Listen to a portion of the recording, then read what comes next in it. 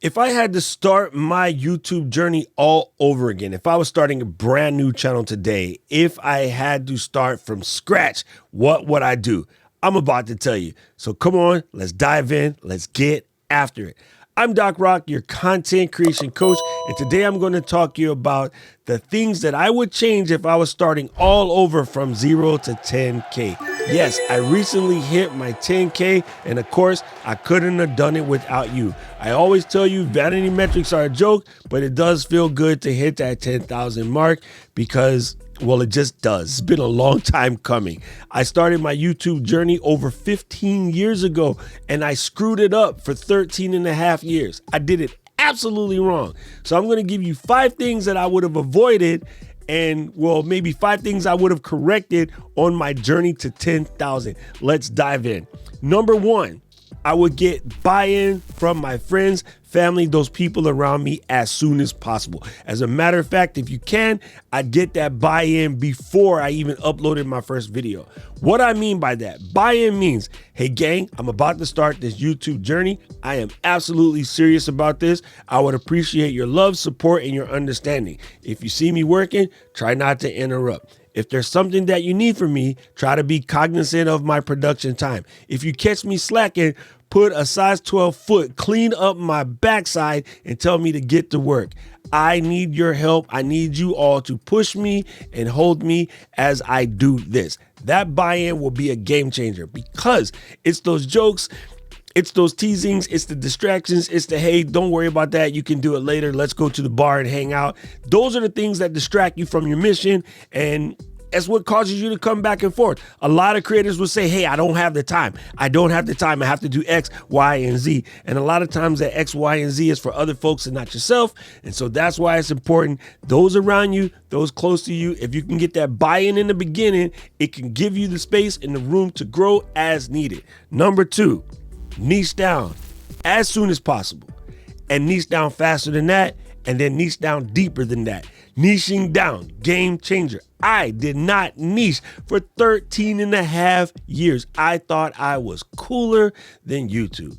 There wasn't even an algorithm to speak of when I started, and I thought I was cooler than YouTube. I used it as a locker for my videos. You know those cabinets with all the DVDs in it from back in the day?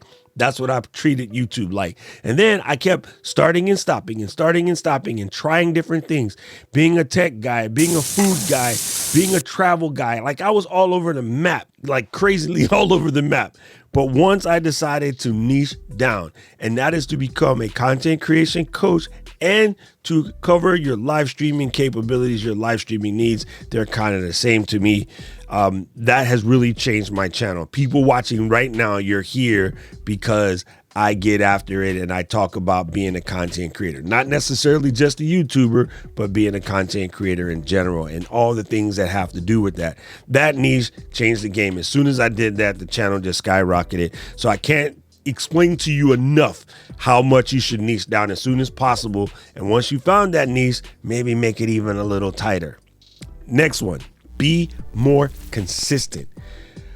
Oh, consistency is key. They say content is king and consistency is queen. I don't care how you want to slice it. It's very important to be consistent. I was not. There are cases where I'd catch a video, go viral. I got hundreds of thousands of people watching the video, and I didn't create a video for like 3 months after that. That's just pure insanity. Don't go on your channel and say, hey, I'm making new videos every week, and then don't show up. If you tell people you're going to be there, you have to be there. So you got to get more consistent. Even today at over 10,000 subs, I say I still got to get more consistent now. Consistency is key. So get yourself a schedule, try to find it, get your groove, find it, slide in, and be there. Be there. Be there when the people come looking for you. I couldn't preach that one hard enough. Be consistent. The next one is a little bit tough, because you cannot help. It's like when you're making a souffle and you want to open the oven and peek in. Until you get to like 100 videos, people, just ignore the stats. those stats ain't really helping you. They're confusing you. They're making you make knee-jerk reactions. You're becoming reactive. You're not really paying attention, if you will. Try to ignore the stats. Vanity metrics will screw you up. There are a couple of milestones that we're looking for. We're looking for that first 100, because it's just YouTube needs to know that you're in there and you're about to become serious. We're looking for that first 100 subs. Then after that, we're looking for that first 1,000 subs so you can get your channel name how you want it, get it all locked down, and then maybe even be able to pick up on some of the things like monetization and all of that. I got it. I understand. But don't get caught staring at the stats to where it distracts you from your mission. Once you have your mission, you have to drive at it. And to be honest with you, all the stats are lying to you until you get to like 100, videos. You need that basis of accurate information. You can't do a survey and survey 30 people. It's not enough data. You have to have more data. So YouTube and the algorithm and all of that stuff you folks worry about, honestly, all of that worrying is an excuse to not actually create. You know what I'm saying? So just ignore that. Just blinders on like a horse and just knock out that first 100 videos. After that first 100 videos, maybe some of it will start to make sense. Now, this is the last one. If I had to do it all over again, this is exactly where I would start from day one. Get yourself a pen, a piece of paper, write this down, tell it to yourself every single day until it sinks into the melon. If I had to start all over again today, I would not consider YouTube a side hustle. If you really want to become a full-time creator, if you want to just become a part-time creator but is making a decent additional income, if this is a passive income source, no matter how you slice it, it cannot be a side hustle. Your YouTube career has to be a side helpful. And what I mean by that, when you are creating videos, when you are solving people's problems, when you are answering people's questions, when you are solving people's pains, and you are making the world better, you are being helpful to society, you're being helpful to your fellow human beings, you are being helpful. Your side helpfuls will be successful. Side hustles, selfish. Not so much. It's about you. What can I get? What can I get? What can I get? What can I give? How can I give? How can I serve? If you treat YouTube like a side helpful rather than a side hustle, you will be extremely successful. It's just the way it works.